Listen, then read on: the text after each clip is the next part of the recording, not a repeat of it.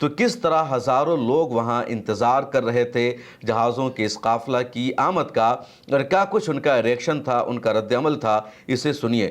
زبان انگریزی ہے لیکن جو فیلنگ ہے ویسی ہی ہے جو ہم اور آپ سوچتے ہیں، ہمارے آپ کے دلوں میں جو فیلنگ ہے، اور آپ کا دل کر رہا ہوگا کہ کاش ہم بھی وہاں پر ہوتے۔ تو آپ سنیے، سمجھیے اور فیل کیجئے۔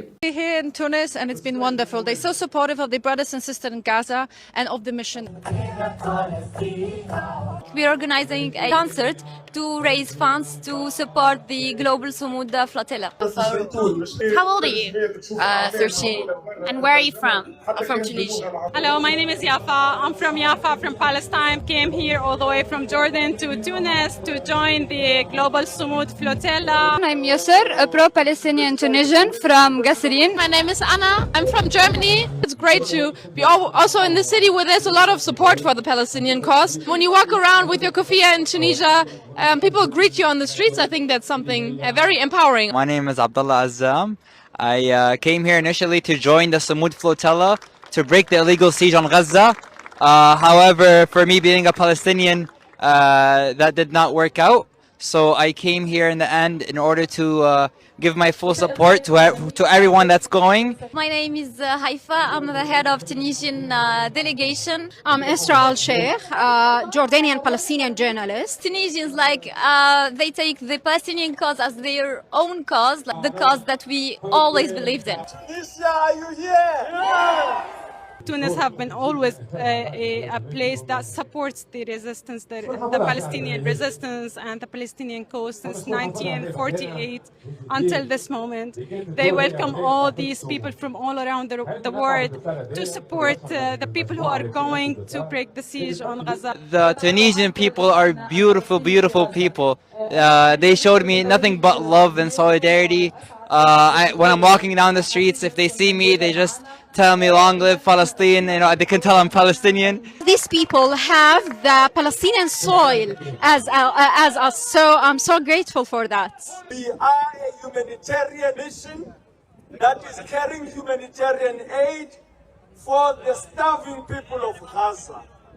We pose no threat, but to ensure that our brothers and sisters get the necessary aid that they need. We therefore are counting on you to relay the message far and wide.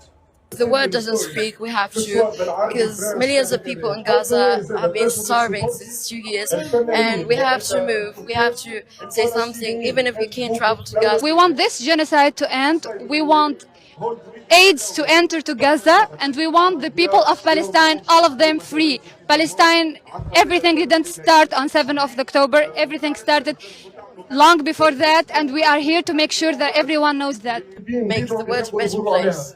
We're coming, and we're not letting you suffer and just being silent. We're doing something, and we're on our way. تو آپ نے دیکھا اس video کو، آپ نے فیل کیا، اور آئیے اب میں آپ کو بتاتا ہوں کہ کولمبیا کی جرنلسٹ مورالس نے کیا خبر شائع کی، کیونکہ الجزیرہ کے لیے لگاتار وہ رپورٹنگ کر رہی ہے۔ بارسلونا سے اس کارواں کے ساتھ وہ جہازوں میں سفر کر رہی ہے، تو انہوں نے اپنی ایک رپورٹ لکھی ہے کہ صبح 7 بجے کیا کرتے ہیں، 8 بجے کا کیا شیڈول ہوتا ہے، رات کے 11 بجے کا کیا شیڈول ہوتا ہے، اور انہوں نے بتایا کہ صبح 7 بجے سب سے پہلے جہاز میں جتنے لوگ سوتے ہیں وہ سب سو کر اٹھتے ہیں، بیدار ہوتے ہیں، اس کے بعد وہ سب اپنا موبائل فون دیکھتے ہیں کہ کیا خبریں چل رہی ہے، ان کے بارے میں کیا کچھ بتایا جا رہا ہے، کیا کچھ لکھا جا رہا ہے، اسرائیل کی کیا دھمکی آ رہی ہے، اور آپ کو حیرانی ہوگی کہ آخر کیا ان کے ہاں انٹرنیٹ چلتا ہے۔ تو زیادہ تر کشتیوں میں وائی فائی کا باضابطہ انتظام موجود ہے، تو وائی فائی کا کنیکشن ہونے کی وجہ سے وہ اپنے موبائل فون کو چلاتے ہیں، اپنے واٹس ایپ کو چیک کرتے ہیں، خبریں دیکھتے ہیں، ٹویٹر دیکھتے ہیں، اور یہ والنٹیئرز کی لائف سے جڑا ایک اہم مشن ہے۔ اس کے بعد جو لوگ فرش پر سوئے ہوئے رہتے ہیں وہ ذرا اٹھتے ہیں، اور جو صوفہ لگا ہوا ہے، جو چیئر لگی ہوئی ہے، اس پر جا کر یہ لوگ سوتے ہیں، کیونکہ سبھی کو صوفہ پر سونے کا موقع نہیں ملتا ہے۔ جو سینئر ایکٹیوسٹ ہیں ان کو جو صوفہ وہاں لگایا گیا ہے اس پر سونے کا موقع دیا جاتا ہے، اور جو جونیئر ہے، جو ینگ ہیں،